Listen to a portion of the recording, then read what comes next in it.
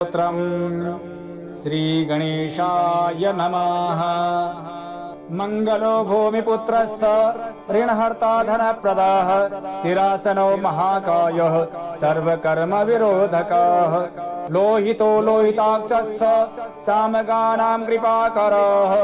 धरात्मजः कुजो भौमो भूतिदो भूमिनन्दनः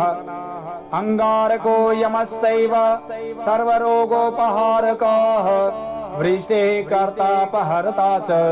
सर्वकामफलप्रदः एतानि कुजनामानि नित्यं यः श्रद्धया पठेत् ऋणं न जायते तस्य धनं शीघ्रमवाप्नुयात् धरणी गर्भसम्भूतं विद्युत्कान्ति समप्रभं कुमारं शक्तिहस्तं च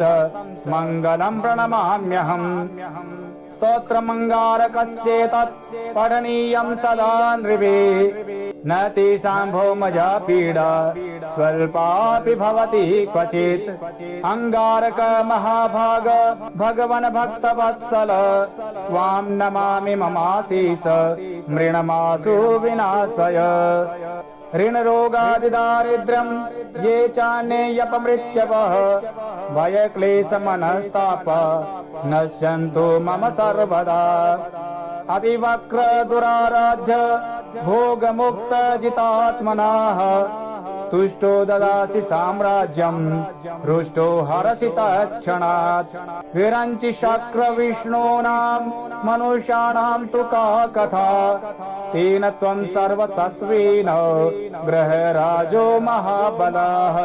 पुत्रान् देहि धनं देहि त्वामस्मि शरणं गतः